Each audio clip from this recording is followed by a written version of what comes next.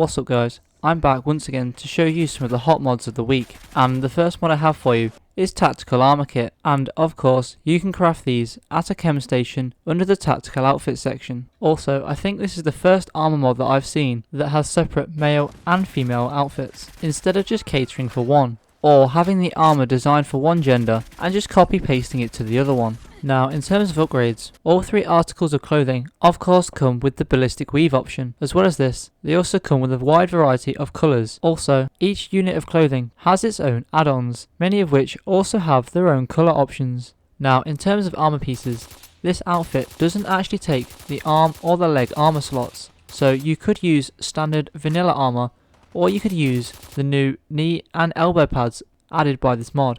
You'll also be able to craft some new very nice gloves. Of course, I could go over the upgrades for these armor pieces, but this video would become very long and the people watching it would become very bored. So just trust me when I say there is a lot of options, and that number is only going to increase.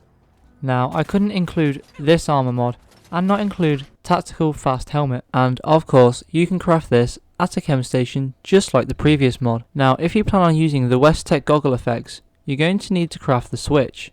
Also, you're going to need to craft at least one goggle. Then take that goggle to an armor workbench and choose which effect you'd like to apply when the goggles are enabled. Now, in terms of upgrades, I'm only going to go over the helmet as it's the most interesting thing, and if I went over every article of clothing, we will be here for a very long time.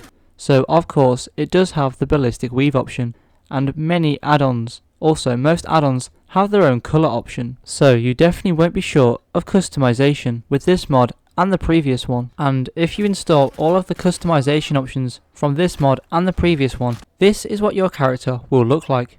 Now, if you are a cultured individual and like to play as female characters, I would definitely recommend using the balaclava from this mod, because if not, the hair mod that you're obviously using has a pretty good chance of clipping through the helmet, and we absolutely cannot be having that.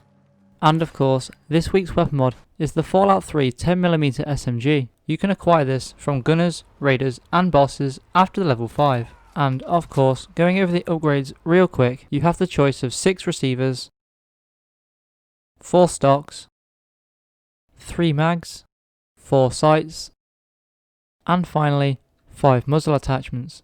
Now, to many of you guys' disappointment, I have never actually played Fallout 3 and I have very limited time in Fallout New Vegas. Either way, I have never actually experienced the 10mm SMG in either game. Anyway, as weapon mods go, this one feels quite natural.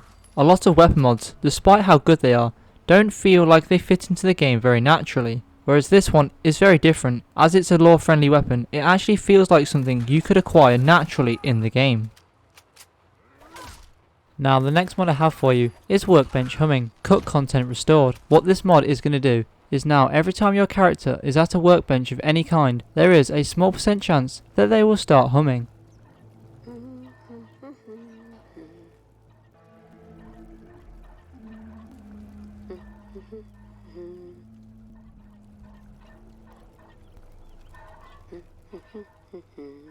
Now, this is going to work for both male and female characters, and is also going to work on every kind of workbench.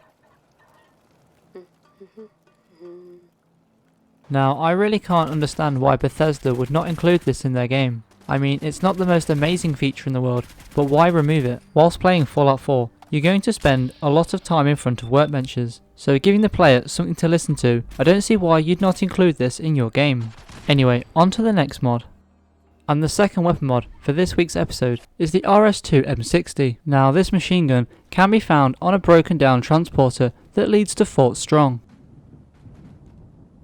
And going over the upgrades real quick, you have the choice of 4 receivers, 4 barrels, 1 stock, 2 mag boxes, sights up or down, and finally 4 muzzle attachments. Now, it's not enough just to pick up this weapon, slap some upgrades on it, and expect to start gunning down enemies. You're going to need to craft the brand new ammo type for it, the 762x51 linked. And you can craft this in batches of 50 or 100 in the utility section at any chem station. Now, as for the weapon itself, I really don't see too many heavy machine gun type weapons on the Nexus, so this was a nice change of pace for me. Anyway, as weapons go, I really enjoy this one. The combination of the high base damage and high mag makes for a destructive combination, and not to mention the extremely well made reload animation. And when I say well made, I mean well made. I mean, just look at the way your character moves their hand around the weapon, especially when they insert the ammunition into the weapon itself.